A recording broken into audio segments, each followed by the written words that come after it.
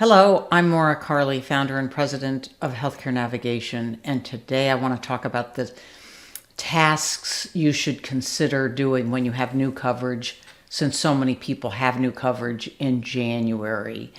Let's get right to it because it's a list of 10 items, and let's try to get through them. I have a pretty good cheat sheet here. So what is on everyone's minds when they have new coverage? Do I have my new cards? And if you don't, understand that it can take a little bit of time, especially if your enrollment application wasn't in early on. And you do ultimately want your cards, absolutely. But most of the time, once you get into the benefit period, you can call the insurance company and get your ID number. So do that if you think you'll need it. Do I need to create a new online portal access? Well, yes, with new coverage, you usually do. Maybe there are situations where you stayed with the same carrier and changed products, but usually you do have to create a username and password for your portal. So do that and become familiar with the site. They're not all the same. You certainly want to know where you can get benefit information, claim information, and search your provider network. Do I need to tell providers about my new coverage? Yes, always.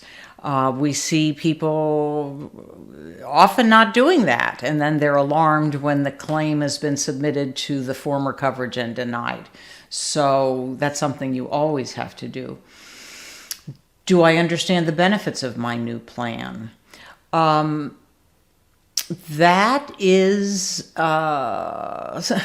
sometimes hard to determine. I'll give you an example. Last year, I was pleasantly surprised to learn that a whole host of services could be provided to my husband and me for the first time without meeting our deductible. The deductible was waived, and I didn't notice that until later in January.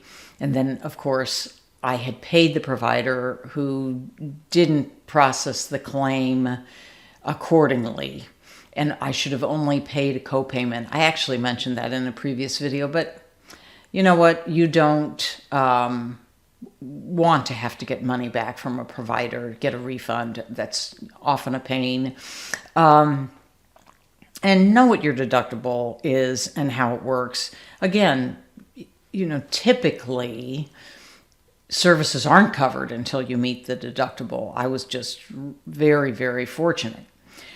Do I understand the provider network of the new plan? Is the network tied to a local geographic area or is it a national network? These are very, very important considerations.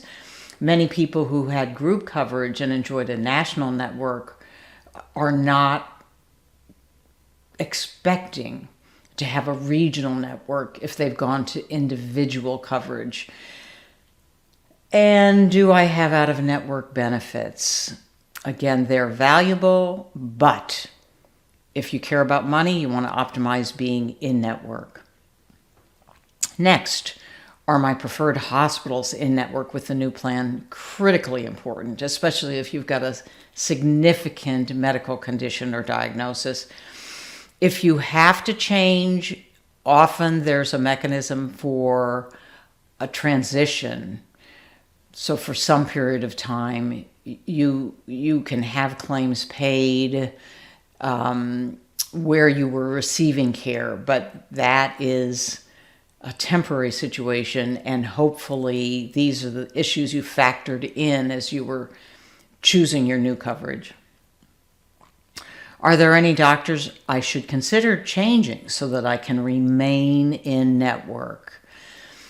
Now, there's a financial component to that question, and there's also a deeply personal issue because there's certain doctors you may have seen once, and even if you liked them, it would be straightforward and not a significant decision to try a new doctor, unlike if you've had a long-term relationship with an oncologist.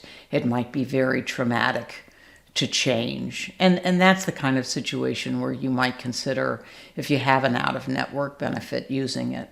Do I understand the rules of my new plan? Do I need a primary care physician? If so, identify one and schedule an appointment, especially if you need referrals, so that that doctor is in a position to help you with that, should you need them.